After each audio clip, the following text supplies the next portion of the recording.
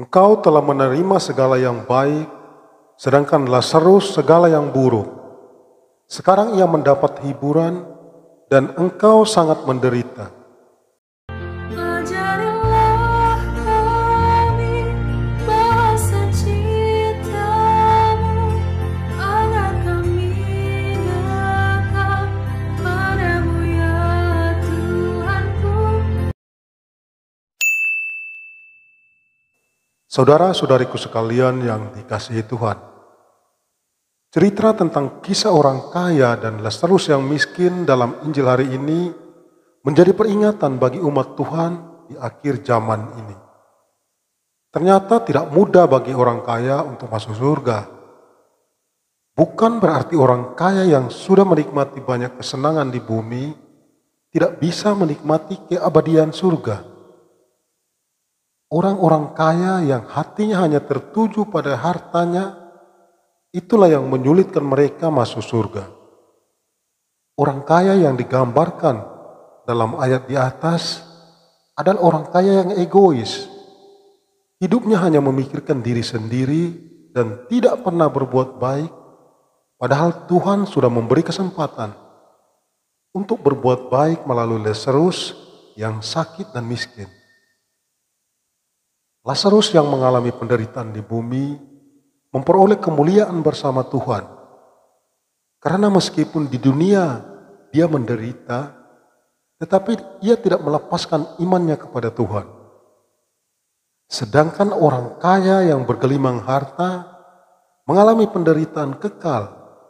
Karena selama di dunia yang dipikirkan hanyalah harta, harta dan harta. Ia tidak memiliki belas kasih kepada orang miskin. Namun miskin dan menderita di bumi bukanlah ukuran bagi seseorang bahwa ia akan masuk surga. Karena bila ia menolak anugerah dan keselamatan dari Tuhan, ia pun akan binasa. Sebab penghukuman kekal sudah tersedia bagi siapapun yang kaya atau yang miskin yang menolak Yesus Kristus sebagai Tuhan dan Juru Selamat.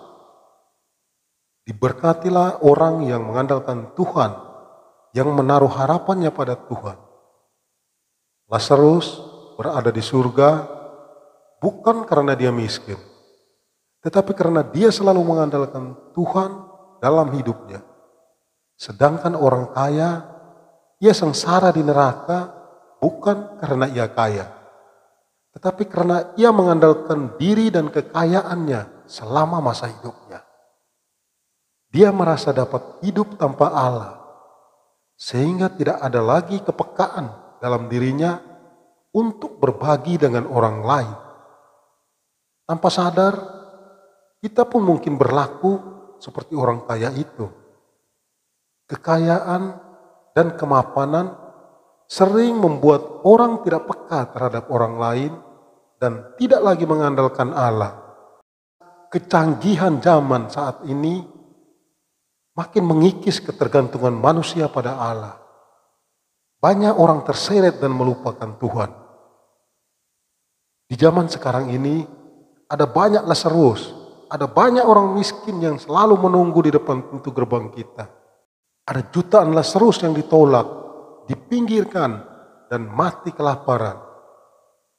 Injil mengajak kita untuk belajar dari pengalaman orang kaya yang tidak peduli selama masa hidupnya. Kita diajak untuk berbagi, untuk memberikan hati dan sebagian harta kita kepada sesama. Bukan berapa banyak yang kita bagikan, melainkan seberapa besar kita rela untuk peduli, bersimpati, berempati kepada sesama yang membutuhkan bantuan dan pertolongan dari kita. Kita dipanggil untuk mengulurkan tangan bagi sesama, bagi Lazarus-Lazarus di sekitar kita. Lewat Injil hari ini, Yesus juga mengajarkan kepada kita bahwa betapa kekayaan dan egoisme bisa dengan mudah membutakan mata hati kita dan menutup rapat pintu kepedulian terhadap sesama. Kekayaan bisa mengekang kita untuk peduli kepada diri sendiri. untuk memiliki dan menikmati hal-hal terbaik tanpa peduli dengan orang lain. Marilah pada masa Prapaskah ini kita peduli dan tetap peduli kepada sesama. Kepedulian yang sejati tidak muncul secara instan, melainkan melewati tahapan panjang dengan pengorbanan yang sangat tidak sedikit. Jangan sampai keberuntungan kecil dalam hidup membuat kita terlena dalam rasa mapan sesaat.